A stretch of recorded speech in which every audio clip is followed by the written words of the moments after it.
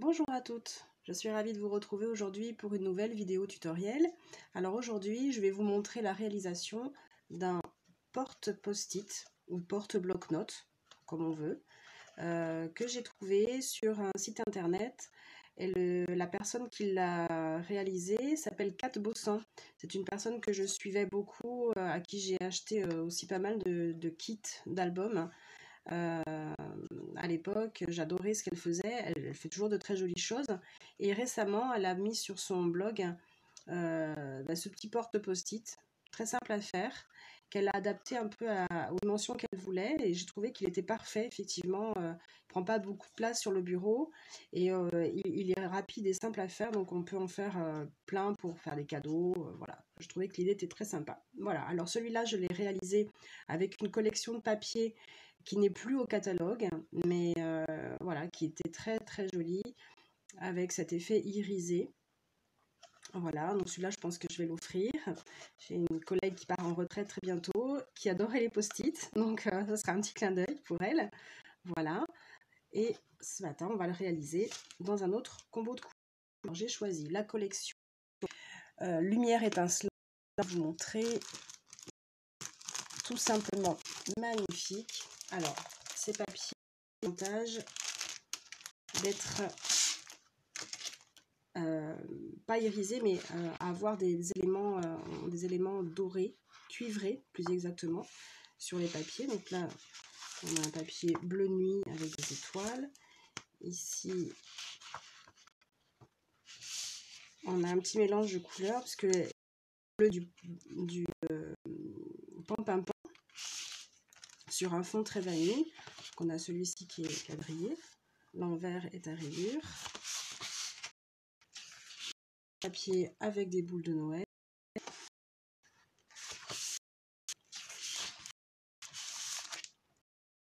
Ce vert aussi qui est très très joli. Avec des étoiles. Pan-pimpon. Avec des feuilles arrière. Voilà. Donc, je vais utiliser papier très bien pour la base. Alors, vous aurez besoin pour ce porte-post-it d'un rectangle mesurant 27 cm et demi de long par 1,5 de haut. Alors, vous allez plier ce rectangle à 10 cm du bord gauche, 20 cm, 22,5 et 25. Voilà.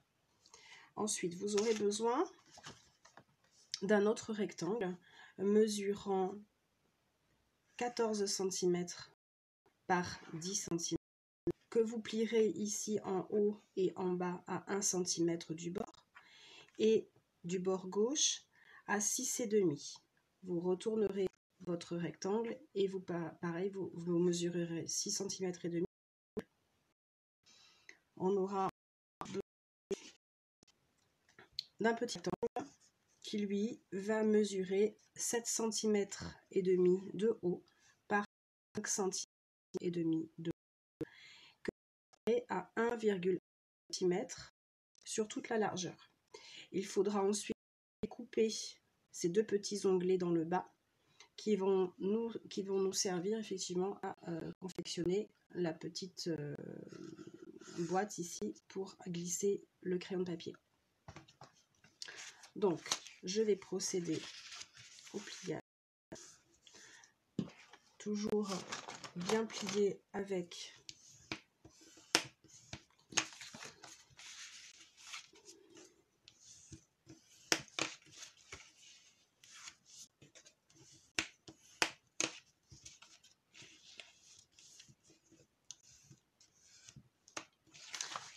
Alors, on a donc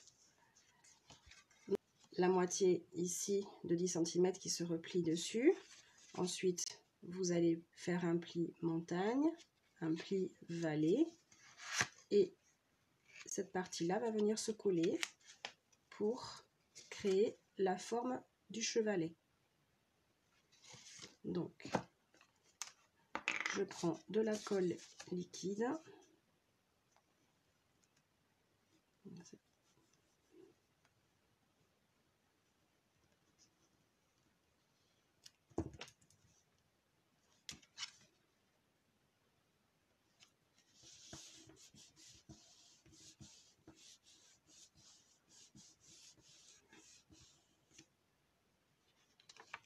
Et là, j'ai mon chevalet. Voilà, très simple. Je vais ensuite prendre ce rectangle qui va former la boîte dans laquelle va venir se loger le post-it.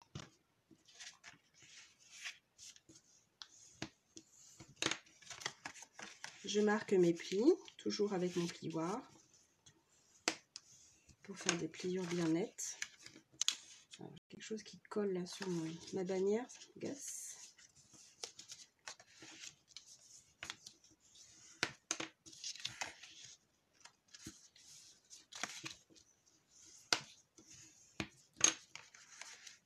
Voilà. Alors ici, il va falloir juste enlever, hop,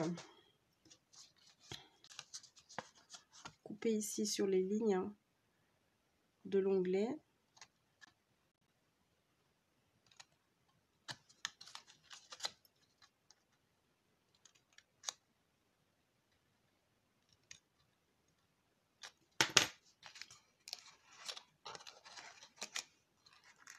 Et on va venir le coller de cette façon. Alors, en essayant d'être, voilà, là, quand il y a une petite marge, là, ça veut dire que au niveau de l'onglet, on est un petit peu large. Donc, dans ce cas-là, on va réduire un petit peu ici et biseauter de cette façon. La boîte se fermera un peu mieux. Je vais faire aussi de ce côté.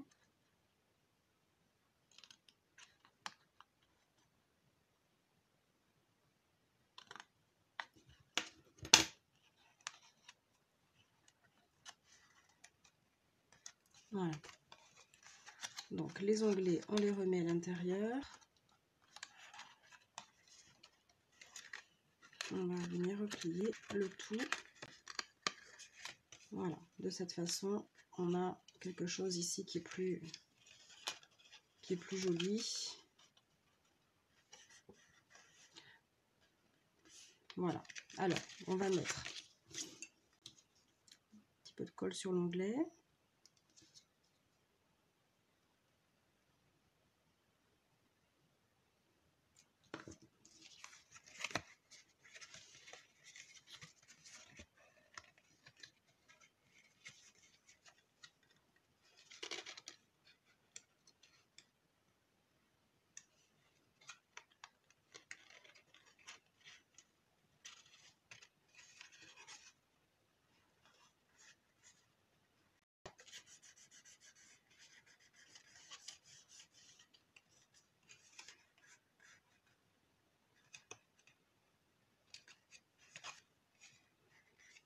Je fais la même chose de l'autre côté.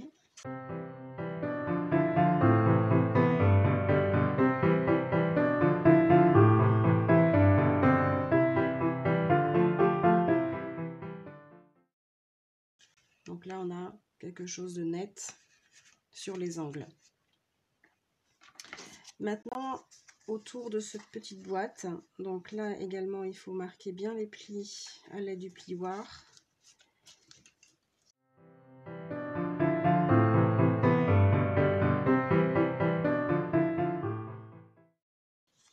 Donc, les petits onglets vont se trouver à l'intérieur.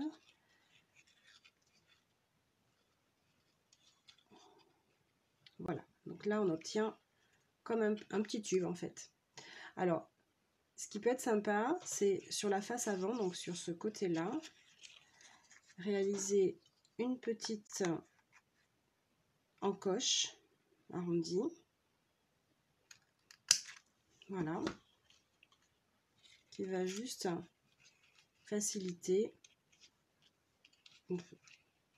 l'appréhension du crayon, et encore, voilà, le crayon dépassant tout le temps, mais ça fait une petite finition sympa. Voilà, donc là, je vais pouvoir coller.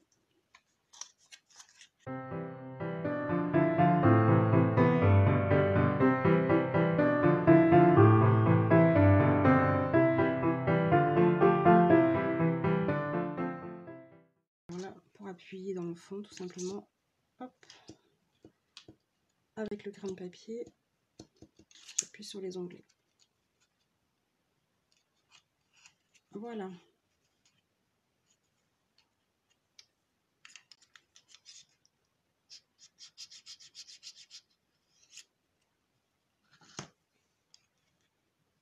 Voilà ma petite boîte. Donc là, j'ai ma structure de base sur laquelle je vais coller le porte post-it et ensuite le porte-crayon.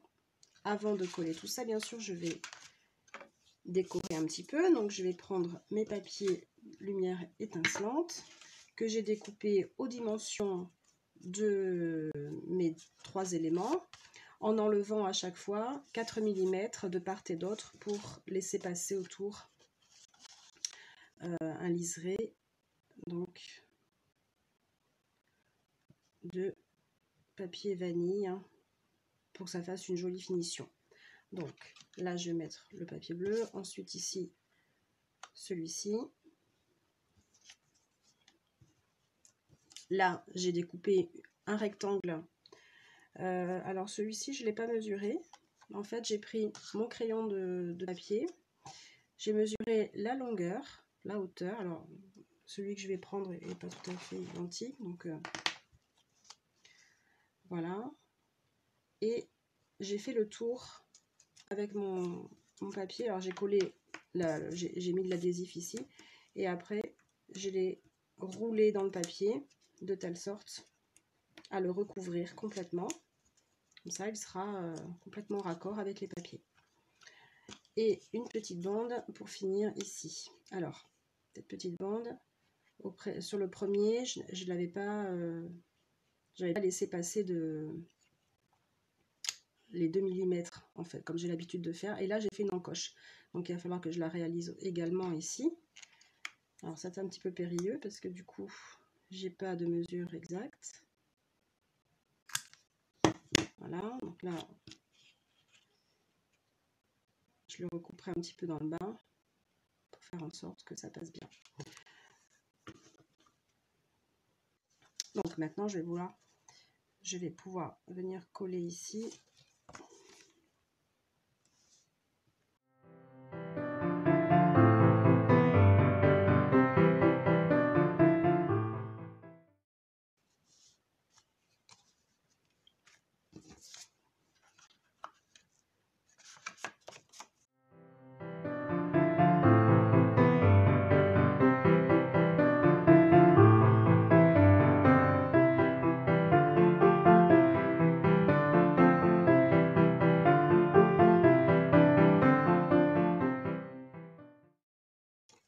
Alors le but maintenant c'est de coller ces deux parties ensemble.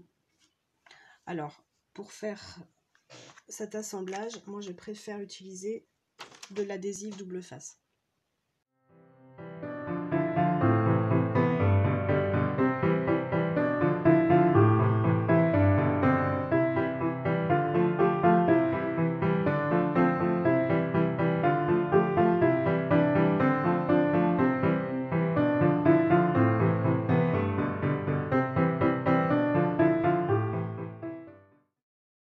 Voilà. Et ensuite je vais poser contre la table pour être bien aligné dans le fond et je vais coller ces deux parties.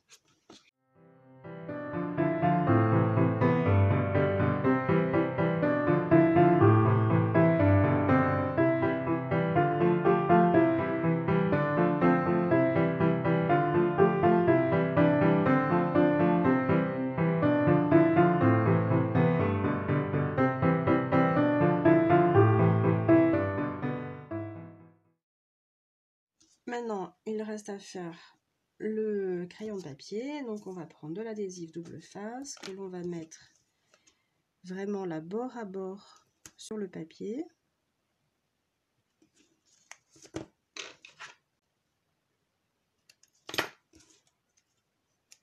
Sur les deux longueurs, évidemment.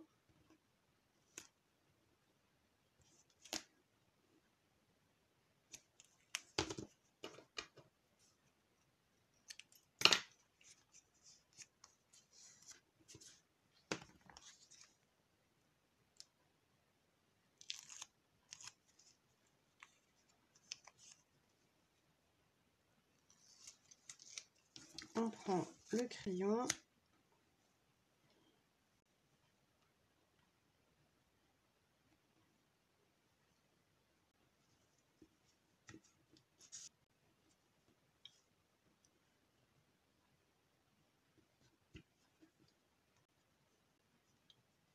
Voilà, alors là on voit un petit peu de vert qui dépasse.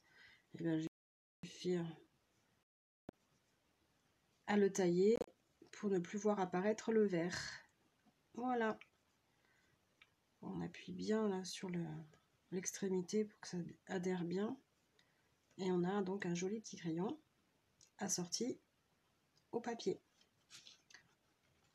qui va parfaitement dans son logement. Voilà.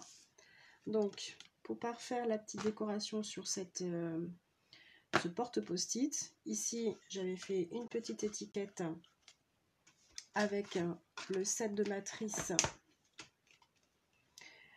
poinçon couture étiquette imbriquée. Donc on a différentes tailles de matrices. Donc je vais refaire la même chose et j'ai utilisé le petit tampon dans mes pensées issu du set sur la baie, qui était un set que l'on pouvait avoir lors de Celebration l'année dernière, en début d'année. Voilà, donc je vais faire mon petit tamponnage. J'avais rajouté un ruban que j'ai plié en S pour pouvoir faire une petite décoration derrière. Donc c'est cette petite matrice là sur une chute de papier très vanille. Je prends mon tampon,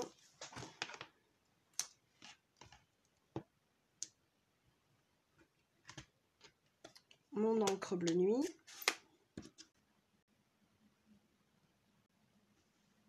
je n'ai pas tamponné droit, mais ce n'est pas grave puisque je vais faire en sorte que ma matrice elle soit droite par rapport à mon message. Je vais la fixer avec un petit peu de washi tape et je vais tout passer dans la Big Shot. Voilà, voici le résultat que je vais venir coller tout simplement. Alors, je vais venir la coller, cette petite étiquette, avec des mousses 3D.